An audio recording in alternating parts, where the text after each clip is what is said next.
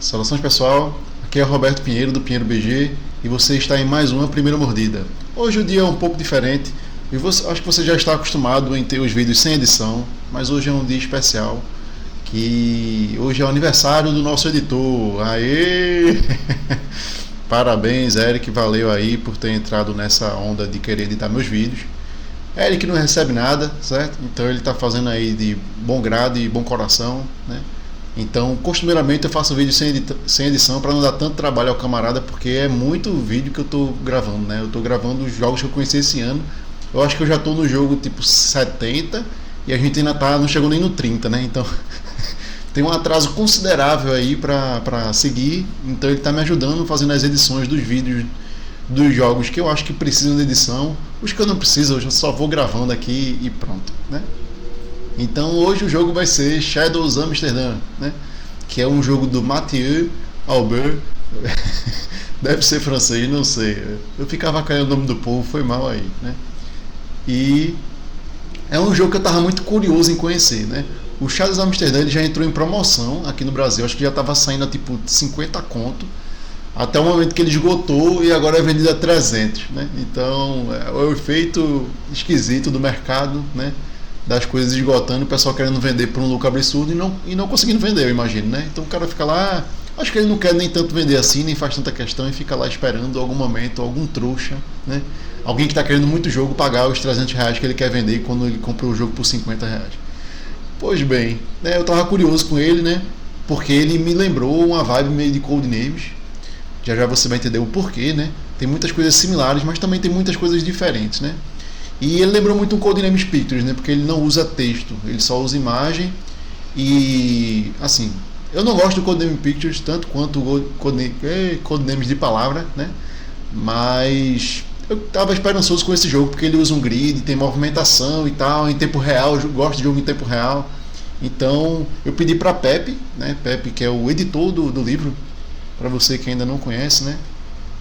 Pepe é o editor desse livrinho aqui. Ele foi no Spa, aí eu pedi para ele levar esse jogo, o Shadows Amsterdam, para eu conhecer, porque eu estava muito curioso. Aí eu li as regras e tal, e a gente jogou no madrugão, tipo, acho que foi não sei se foi da sexta pro sábado, do sábado pro domingo. Jogamos 2 vezes, né?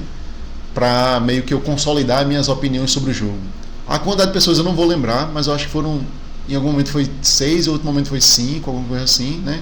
Então ficou o time desbalanceado em alguma partida, até onde eu me lembro assim. Mas faz muito tempo, né? Eu joguei esse jogo em março e a gente já tá aí, né?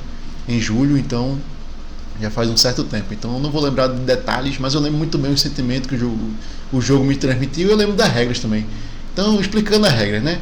Vou botar aqui uma imagenzinha para vocês verem. Mais uma imagenzinha aqui, entrando aqui pro lado. Basicamente, no jogo, né, você vai ter um gabarito desse, feito o que tem ali em Resolve, né, no item 3, aqui embaixo, ó, na parte mais embaixo, lá no canto, né? Que aí vai indicar como o tabuleiro formado dessa maneira aqui, feito tá aqui à esquerda, né? Ou à direita, não sei, posições loucas. Igual a Codenames, né? Lá vai dizer qual é a do seu time, qual é a do outro time. Aqui mesma coisa. Vai dizer qual é do seu time, qual é do outro time e qual é dos dois times. Então quem pisar lá primeiro leva. Então tem esse aspecto de corrida. E tem também um xizinho. Um xizinho é coisa ruim, é como se fosse o assassino. Se você coletar 3 dele, você perde. Então toda rodada o cara vai estar olhando essa paradinha. Só que a diferença é que você vai ter um pino no tabuleiro e esse pino vai se mover no tabuleiro. Então não é feito Codenames que você pode ir em qualquer lugar. Você só pode ir em locais próximos ou adjacentes, né? Dependendo da dica que você der.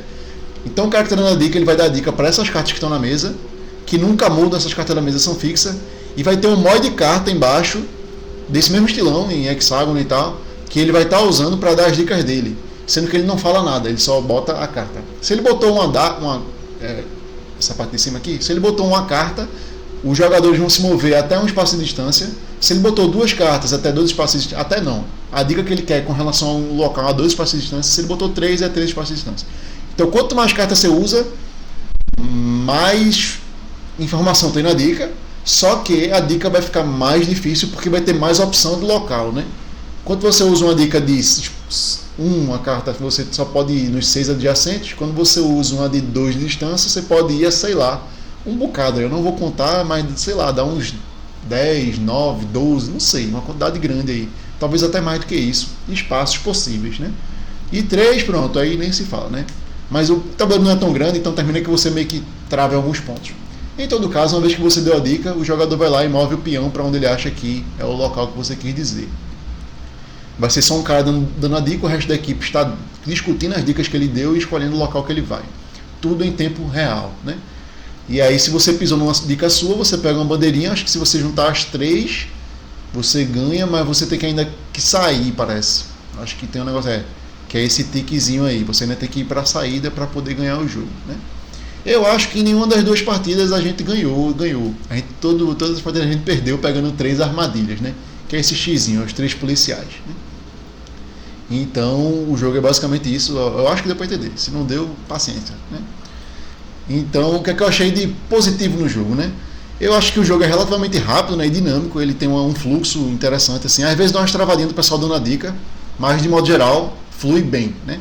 E termina rápido, até porque o pessoal vai morrer logo ou vai ganhar logo, eu imagino, não sei. A não ser que você jogue bem lentamente, o que pode ser uma possibilidade.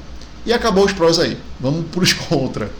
O contra é que, como eu falei, né, a gente jogou 2 partidas e nas 2 partidas a gente ganhou porque o outro time perdeu, né? O que pode parecer óbvio, uma declaração meio idiota, mas é porque quando você junta 3 armadilhas você perde, aí você faz outro time ganhar, né?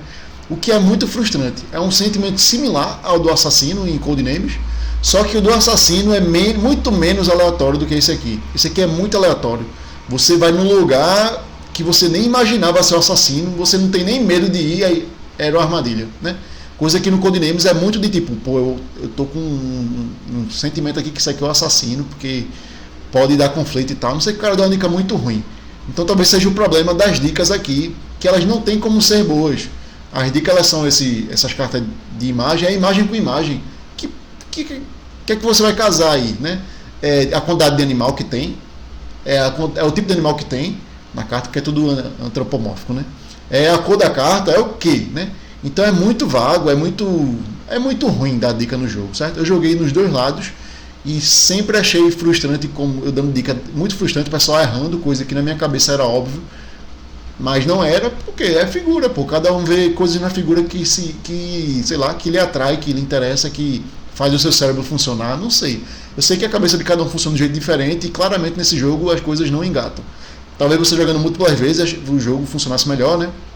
E esse negócio do cara perder juntando 3 é muito ruim, porque aí gera uma estratégia de tipo outro time jogar muito safe, bem devagarzinho e tal, andando de um por um, em local que já foi, para não pisar em armadilha, né? Bem enfadonho, e o outro time perder só porque está indo mais rápido. Aí o propósito do jogo é ir rápido ou não ir rápido, né? É só ir mais rápido que o oponente, eu achei meio que sem graça. Talvez se o jogo fosse em turno melhorasse, mas eu acho que eles não botaram em turno porque ficou uma vantagem muito grande para o primeiro jogador, imagino, né? Se o cara fizer turnos perfeitos, né? Então provavelmente o AP também ia reinar muito, ia demorar muito para a coisa fluir. Acho que eles fizeram em tempo real por conta disso. O jogo não ficou bom em tempo real, né?